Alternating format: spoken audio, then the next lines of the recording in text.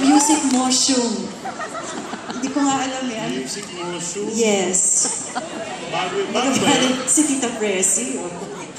Bagong lugar sa Green Hills. Siya lang ang nagpangalan. Music Motion? Correct.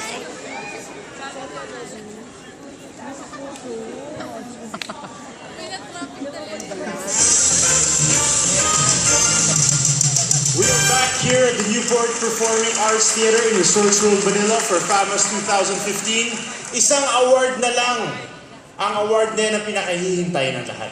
Pero may isa pa tayong tribute na pinakahihintay rin ng lahat.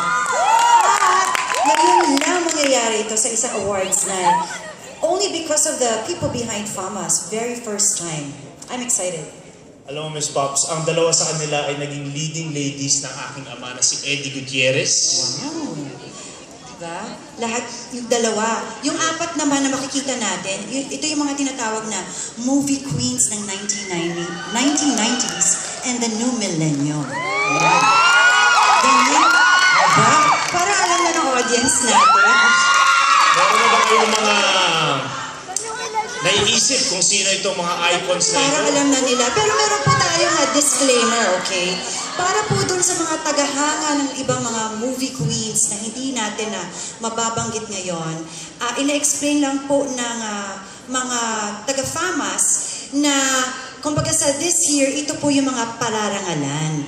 Meron naman pong chance yung mga iba nating mga queens of Philippines na naman next time, di ba? Yes, dahil napaka-successful ng industriya natin, marami ang pwedeng ihanay sa tabi nila.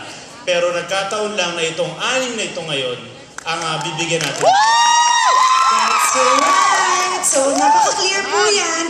So, let's all be happy tonight as we, of course, announce the awardees. Yes, and to present the award for our first iconic queen of Philippine cinema, please welcome Direk Cathy Garcia Molina.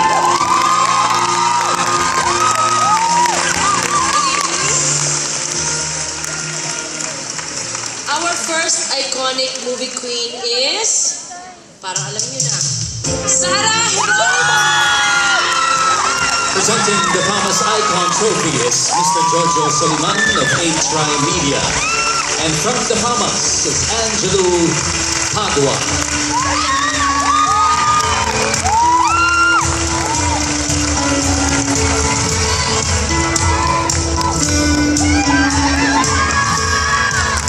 Nakilala siya sa Star for Night. 12 taon na ang nakakaraan.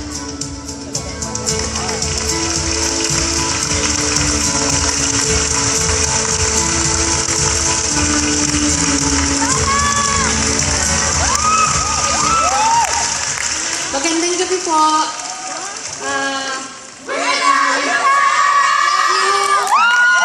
Ang maihanay po sa mga batikan at respetado pong icons ng Philippine movie industry ay talaga hong napakalaking karangalan po para sa akin.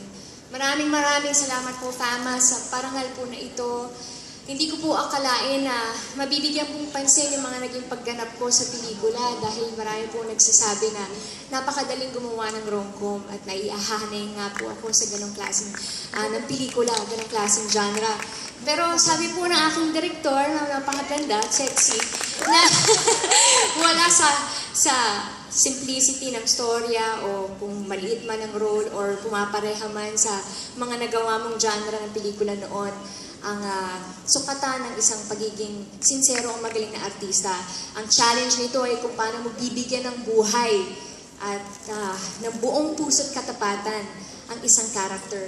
Kaya maraming salamat po sa aking direktor, Direk Cathy Garcia Molina, sa lahat po ng aking po mga direktor na nakatrabaho, Direk Olive Damasan, Direk Jerry Sineling, Direk May Cruz, sa lahat po ng writers, production team, staffing ko na aking pong nakatrabaho, co-actors na aking pong hinahangaan, maraming salamat po sa lahat po ng sumuporta ng aking pelikula, Popstars, at sa Panginoon Diyos, all glory and honor is yours. Salamat, Lord. Thank you po.